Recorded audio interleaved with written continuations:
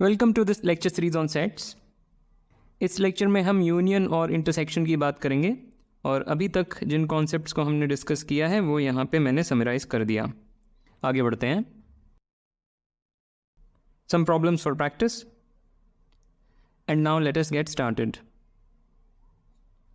तो सबसे पहले यूनियन। दो सेट्स दिए हुए हैं ए और बी, तो उनका यूनियन कैसे डिफाइन होता है? उनका यूनियन उन सारे एलिमेंट्स का सेट है जो या तो ए में है या बी में है या दोनों में है।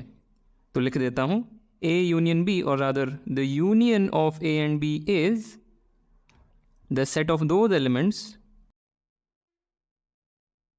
The set of those elements which are in A or in B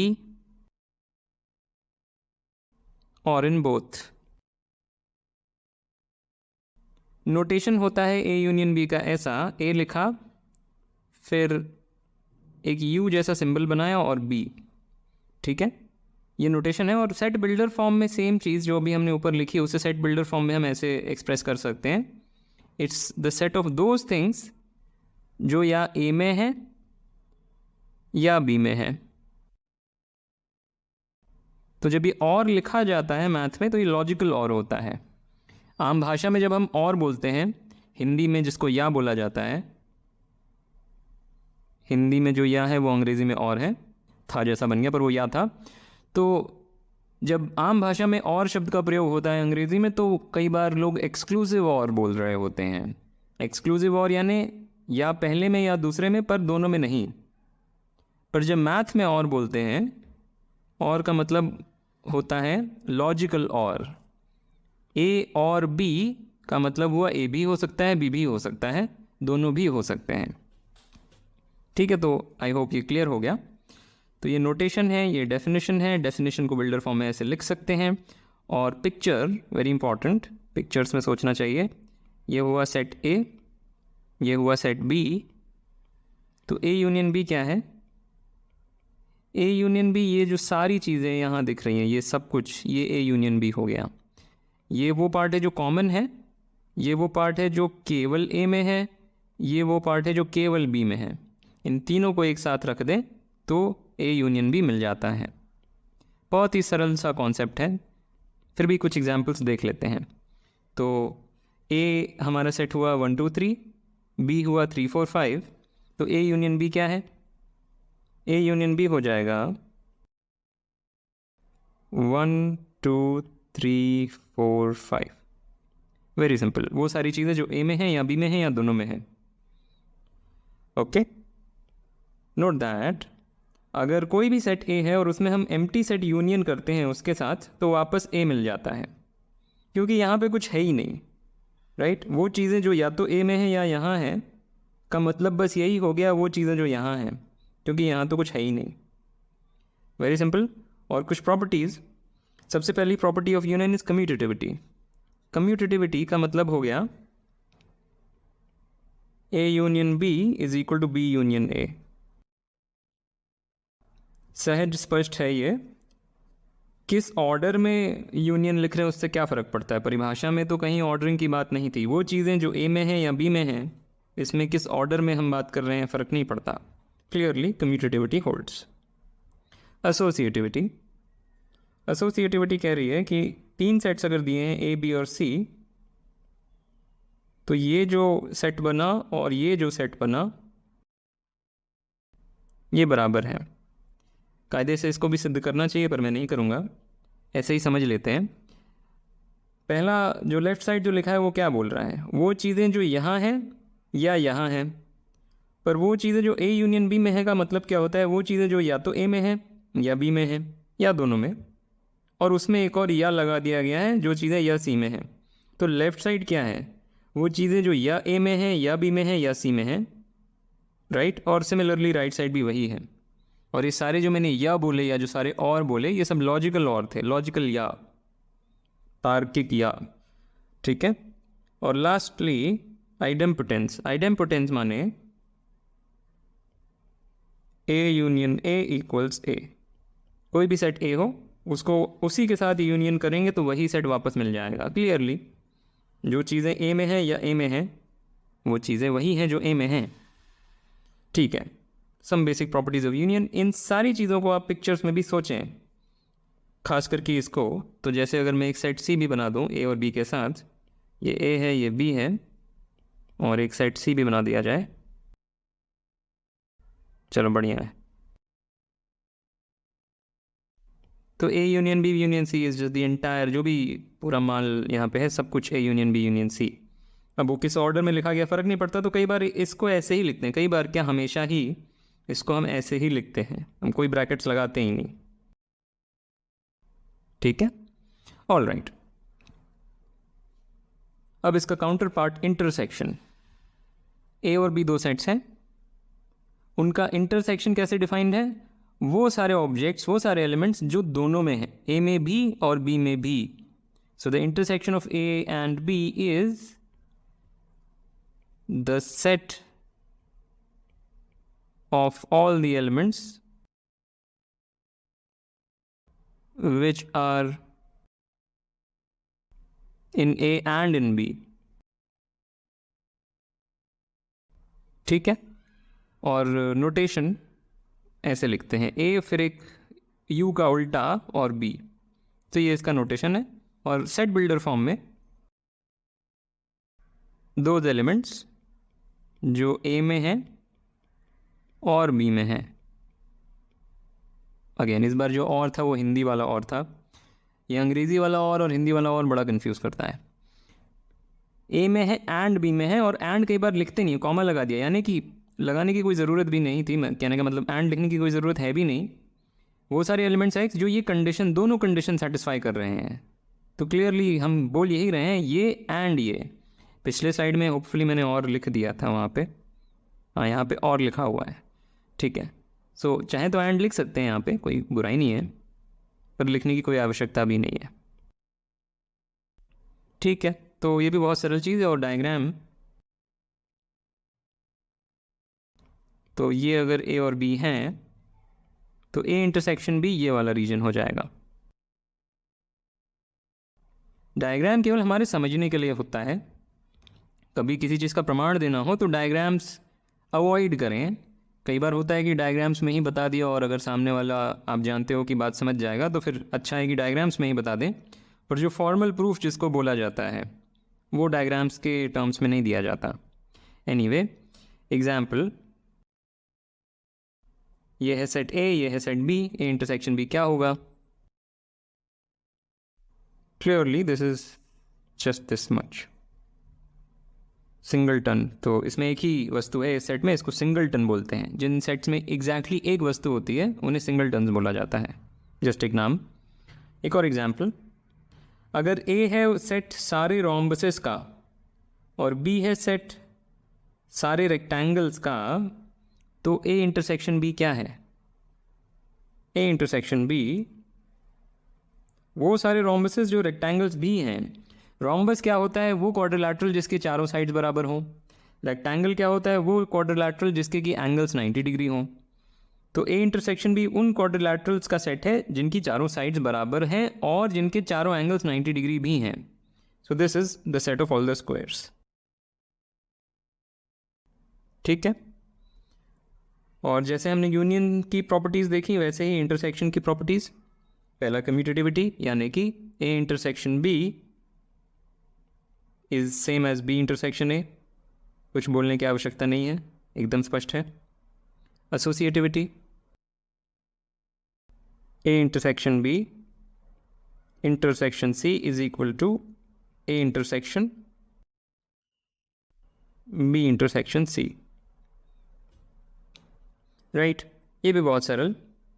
वो चीज़ें जो ए और बी दोनों में हैं और जो सी में भी हैं, हम कह रहे हैं ये वही चीज़ें हैं जो ए में हैं और जो बी और सी दोनों में हैं। एकदम स्पष्ट बात है, तो इसको मैं प्रमाणित नहीं करना चाहता। डायग्राम्स में भी ज़रूर सोचें, अगर यहाँ पे एक सेट सी बना दिया गया तो A intersection B intersection C ये रीजन हो जाएगा। Okay great. और लास्ट में आइडेम्पोटेंस। आइडेम्पोटेंस बोल रही है कि A intersection A is a. Right, ये भी बहुत क्लियर। और एक प्रॉपर्टी जो यूनियन की हमने देखी उसका करस्पॉन्डिंग काउंटर पार्ट यहाँ पे अगर लिखना हो तो empty set intersection any set is the empty set.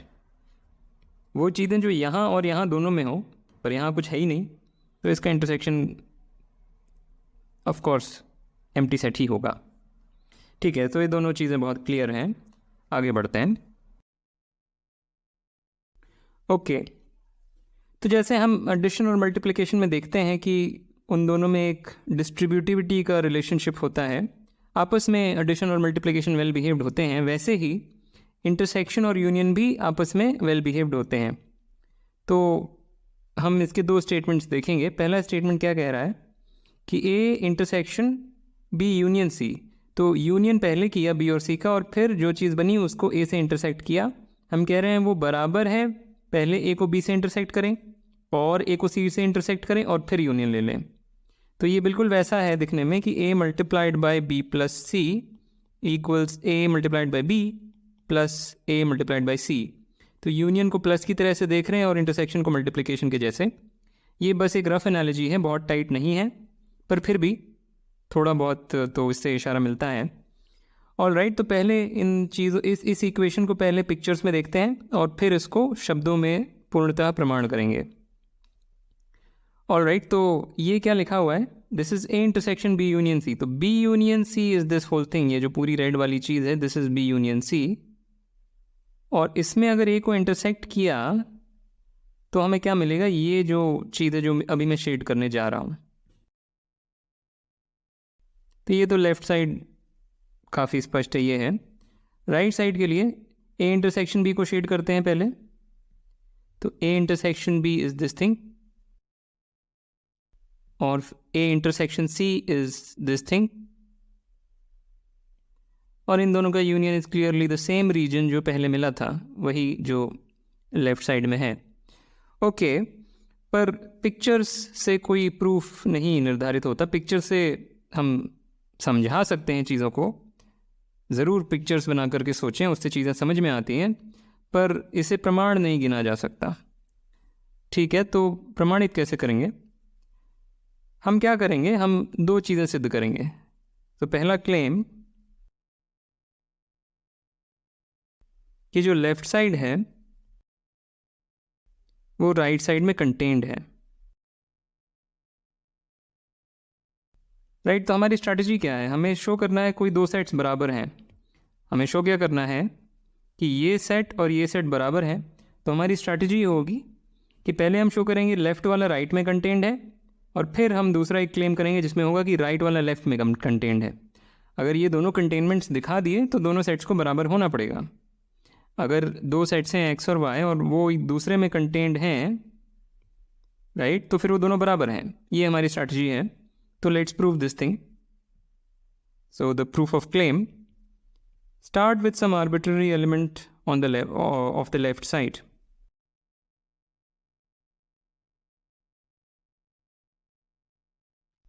Left side में से एक एलिमेंट उठाया। हम करना क्या चाहते हैं, want to show that it is on the right hand side. Correct? So once we do this, ये claim prove हो जाएगा। Okay. So since x is here, since x इस इंटरसेक्शन में है, तो हमें पता है कि x a में तो है ही और b यूनियन c में भी है। Correct? Now if x is in b, there are two cases basically. यहाँ से दो केस बन रहे हैं। एक केस है कि x is in b और दूसरा केस है x is not in b। अगर x b में आ गया, अगर ये केस हो रहा है, तो a में तो x है, ये हमें पता ही है। So in this case x is in a intersection b, right? a में तो था ही, क्योंकि यहाँ पे था तो a में तो पक्का ही है। इस केस में b में भी है, तो देयरफॉर वो यहाँ पे है एंड देयरफॉर वो इस यूनियन में है। करेक्ट? तो दूसरा केस हम देखना चाह रहे हैं, ए में तो है पर बी में नहीं है, पर बी यूनियन सी में है, राइट। बी में नहीं है और बी यूनियन सी में है का मतलब हो गया सी में है, राइट। क्योंकि अगर सी में भी नहीं है और बी में भी नहीं है तो यूनियन में तो नहीं आ सकता। तो सी में निश्चित रूप से है, ए में था ही, तो इससे हमें मिला कि ए इंटरसेक्शन सी में है। और फिर वही बात, इससे हमें मिला कि x isn't the desired thing.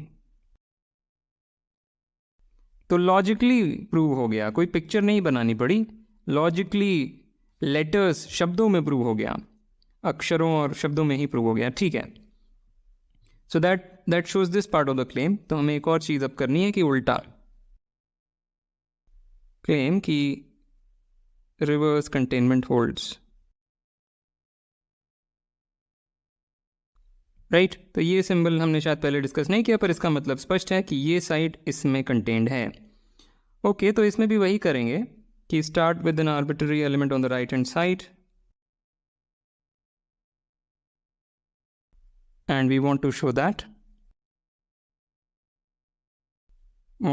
it is on the left hand side, ठीक है। तो इन पर्टिकुलर हमें ये तो दिखाना ही है कि x a में है, राइट। पर अगर x a में ना हो तो वो यहाँ नहीं आ सकता और यहाँ भी नहीं आ सकता।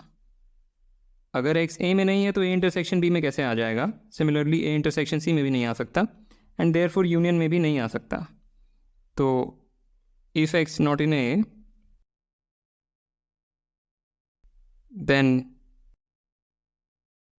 x cannot lie in this union. So that would be a contradiction. Dot dot dot. तो वो चीज़ आप फिल कर लीजिए. So therefore x is in A. Similarly, अगर x B यूनियन C में नहीं है तो x B में भी नहीं है और C में भी नहीं है।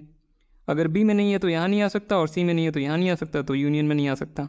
तो कम से कम B और C में से एक में किसी में तो होना ही पड़ेगा एंड दैट्स इट। तो ये चीज़ मैं लिख नहीं रहा हूँ पर आप इसको फिल कर सकते हैं, ऑलराइट। और सिमिलरली ये सब हो जाने के बाद similarly this is your exercise कि उसका काउंटर पार्ट जो अभी ऊपर देखा उसी का थोड़ा सा काउंटर पार्ट, कि जहाँ पहले इंटरसेक्शन लिखा था वहाँ यूनियन लिखा हुआ है और जहाँ पहले यूनियन लिखा था वहाँ इंटरसेक्शन लिखा हुआ है, वो भी ट्रू है।